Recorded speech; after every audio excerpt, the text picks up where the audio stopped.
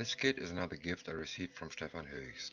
It's my first car kit since 1986 or 1987. The package arrived on the day before Christmas Eve.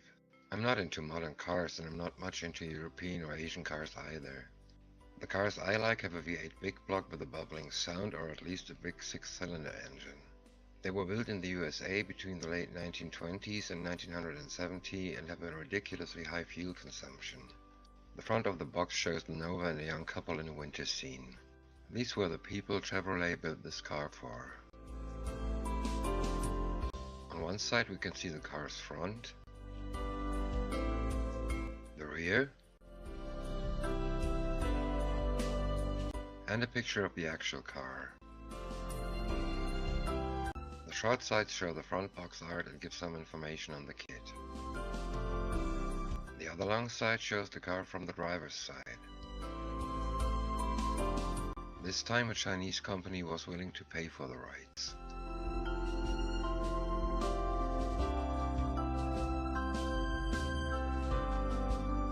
Stefan started building and painting the car, but only the body received one layer of red paint as far as I can tell. I wasn't able to find any flash or seam line and there are no blemishes.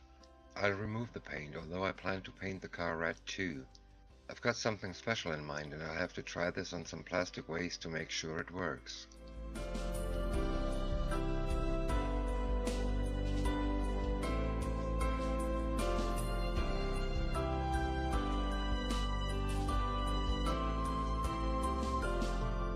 The two hoods look very nice and there are no ejector pin marks or sinkholes.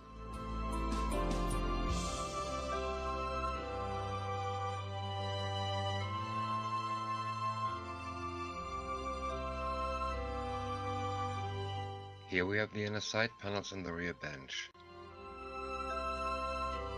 The detail on the bench looks great and I hope I'll be able to bring it to life with my paint job.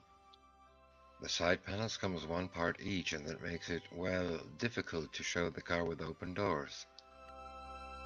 The front seats are as nicely molded as the bench. Here we have the hood hinges in styrene, but there's an alternative included and that's what I'll go for. For the dashboard there are two parts and the second part is on the chrome sprue. Intake and header. The leaf springs make for a too smooth ride. I'd call it wobbly, but these two parts aren't the last word here. A couple of engine and wheel bits. There are some really nicely detailed parts. Here are the engine block, the oil pan and the fender wells.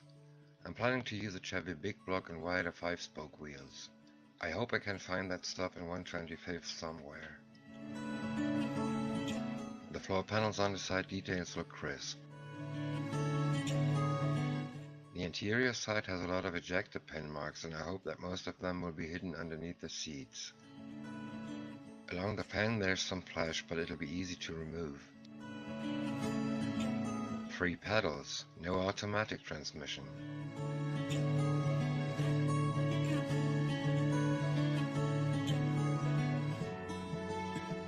I left the clear parts in the back to avoid scratches. There's also a small clear red sprue. The windows are thin and there's no distortion. Great!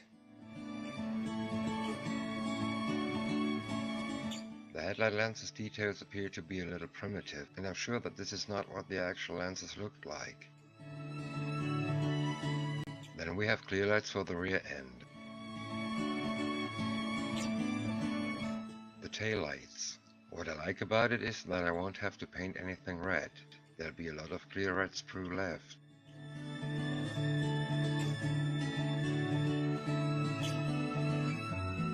As you would expect from a US car of that era, there are tons of chrome parts. Of course I'll dechrome the sprue and spray it properly. Side trim for the body. The bumpers. Here's the grille and I wonder if I can thin it down from the rear side to get real openings. The part is quite thick and very stable. The dashboard. There's no detail on the instruments, but I found a solution. The chrome pots for the tail lights. The hubcaps look great with that small SS emblem in the center, but maybe they won't be used. Handles for the doors and windows. And trim for the interior.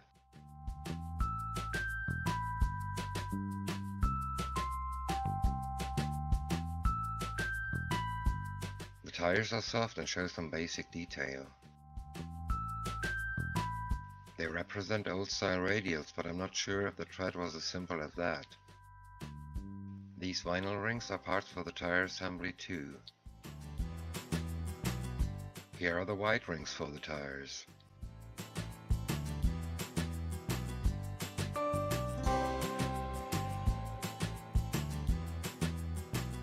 Real coil springs for the front suspension. And a PE thread with parts for the hood hinges and all the lettering for the body. I must admit that I love it.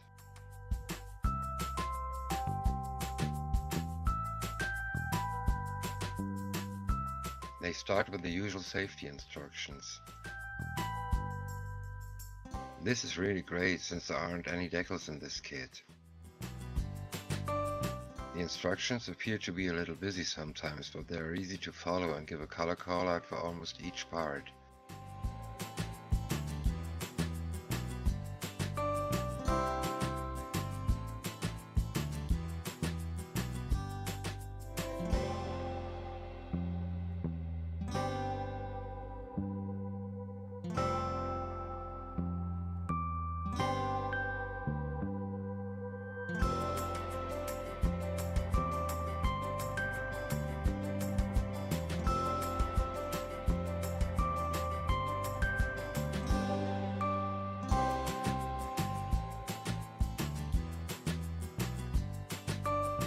The last page gives the original color call out and matching testers or model master colors.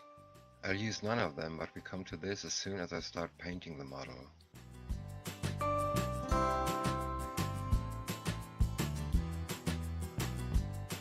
A conclusion is impossible at the moment. I haven't assembled anything at all. The parts seem to be nicely detailed and there's not much flesh. There'll be more to tell you during the build. The fit should be nice, at least that's what I hope for.